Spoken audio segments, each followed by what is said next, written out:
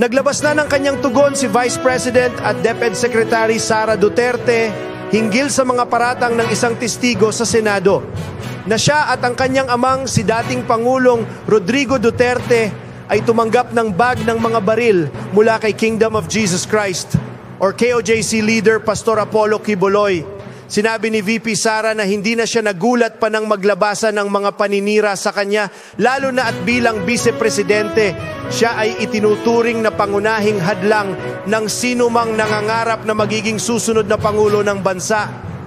Ayon kay VP Sara, sa kasaysayan ng Pilipinas ay naging kagawian na ang pag-atake at pagbato ng sari-saring issue laban sa vice-presidente.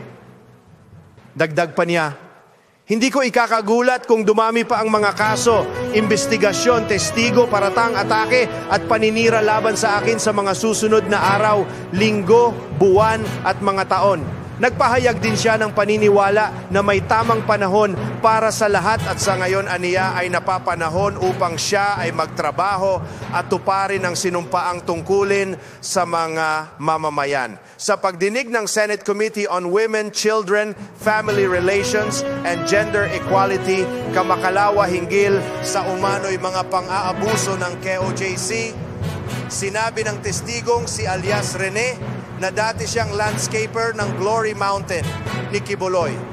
Akusa pa ng testigo, nakita niya ang mag-amang Duterte na kumuha ng mga bag sa naturang lugar ng pastor na umano'y naglalaman ng mga baril.